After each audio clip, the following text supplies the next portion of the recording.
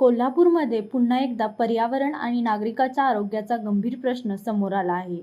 Tawde hotel परिसरातील वीटभट्टी नाल्यामधून मैला मिश्रित सांडपाणी, औद्योगिक रासायनिक पाणी आणि जनावरांचे अवशेष कोणतीही प्रक्रिया न करता थेट पंचगंगा नदीत सोडले जात असल्याचा धक्कादायक प्रकार उघडकीस आला आहे.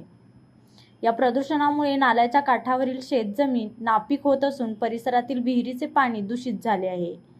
तसेच शिरोली, गांधीनगर, वळिवडे आदी नदीकाठच्या गावांमध्ये नागरिकाच्या आरोग्याचा गंभीर प्रश्न निर्माण झाला आहे. महत्त्वाचे म्हणजे या नाल्यावर सांडपाणी प्रक्रिया केंद्र उभारण्यासाठी केंद्र शासनाच्या अमृत 2 योजनेतून निधी मंजूर झाला असूनही 4 वर्षापासून काम रखडले आहे. सह्याद्री कन्स्ट्रक्शनच्या कंपनीला वर्क ऑर्डर देऊनही प्रत्यक्ष काम सुरू झालेले नाही असा आरोप करण्यात येत आहे.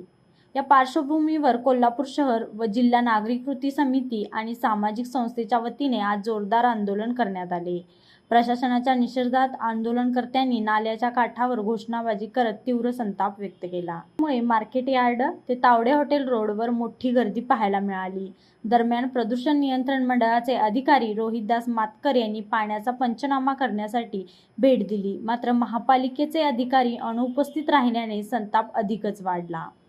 आंदोलनकर्त्यांनी स्पष्ट इशारा दिला आहे की येत्या 8 दिवसात सांडपाणी प्रक्रिया प्रकल्पाचे काम सुरू झाले नाही तर हेच दूषित पाणी आणि जनावरांचे अवशेष महापालिका आयुक्ताच्या कार्यालयात नेऊन टाकले जातील. सध्या हा प्रश्न केवळ पर्यावरणाचा नसून हजारो नागरिकांच्या आरोग्याशी संबंधित असल्याने प्रशासनाने तातडीने कारवाई करण्याची गरज व्यक्त केली आहे.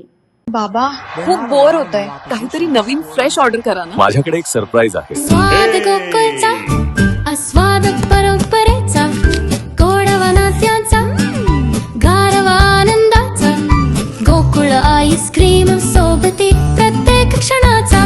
गोकुळ आईस्क्रीम.